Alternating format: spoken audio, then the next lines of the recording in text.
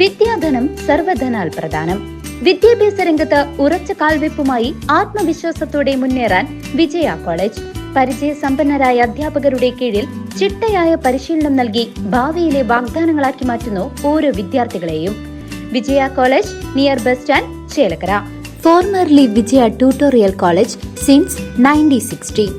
വള്ളത്തോൾ നഗർ ഗ്രാമപഞ്ചായത്ത് അത്തിക്കപ്പറമ്പ് റോഡ് കുളമായി. യാത്രാക്ലേശം പരിഗണിക്കണമെന്ന് നാട്ടുകാർ. 20 വർഷം കഴിഞ്ഞിട്ടും റോഡ് പണി നടന്നിട്ടില്ലെന്ന നാട്ടുകാരുടെ പരാതി ശക്തമാകുന്നു. വള്ളത്തോൾ നഗർ ഗ്രാമപഞ്ചായത്തിലെ അത്തിക്കപ്പറമ്പ് റോഡ് 2005-2010 ഭരണസമിതിയുടെ കാലഘട്ടത്തിൽ PMGSY പദ്ധതിയിൽ ഉൾപ്പെടുത്തി തൃശൂർ ഷൊർണൂർ റോഡിൽ നിന്നും വെട്ടിക്കാട്ടിരി മുതൽ മേച്ചേരിക്കുന്ന് വരെ പൂർത്തീകരിച്ചതാണ്. എന്നാൽ 20 വർഷം കഴിഞ്ഞിട്ടും ഇന്നുവരെ ഈ റോഡ് പൂർണ്ണമായി റീടാറിംഗ് ചെയ്യുകയോ ശരിയായ രീതിയിൽ മെയിൻ്റനൻസ് ചെയ്യുകയോ ചെയ്തിട്ടില്ല. 8 മീറ്റർ വീതിയുള്ള റോഡ് ആയിട്ടും തൃശൂർ ജില്ലാ പഞ്ചായത്ത് PW ബന്ധപ്പെട്ട റോഡ് ശരിയാക്കുന്നതിനു വേണ്ടിയുള്ള നടപടി ചെയ്തിട്ടില്ല.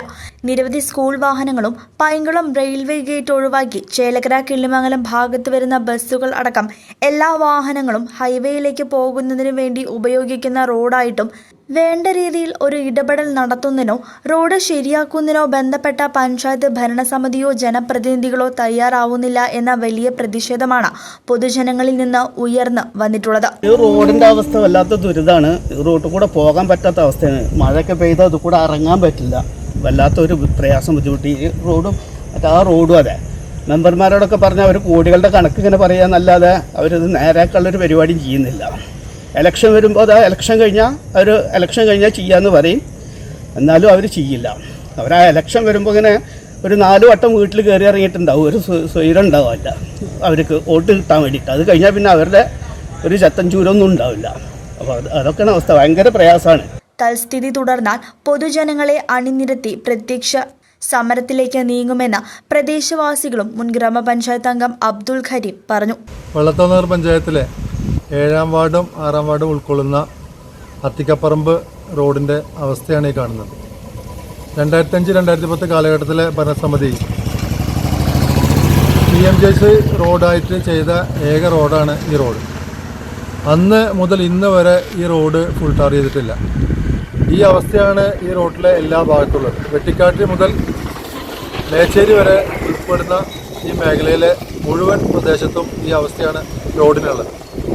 ഇതിൽ നിരവധി വാഹനങ്ങൾ, അതായത് ഗേറ്റ് പെടാതെ തൃശ്ശൂർ ഹൈവേയിലേക്ക് കടക്കാൻ വേണ്ടി പൈങ്കുളം തൊഴിൽപ്പാടം മേഖലയിൽ നിന്ന് വരുന്ന ചേലക്കര റോഡിൽ നിന്ന് വരുന്ന ആളുകൾ മുഴുവൻ യാത്ര ചെയ്യുന്ന റോഡാണ്.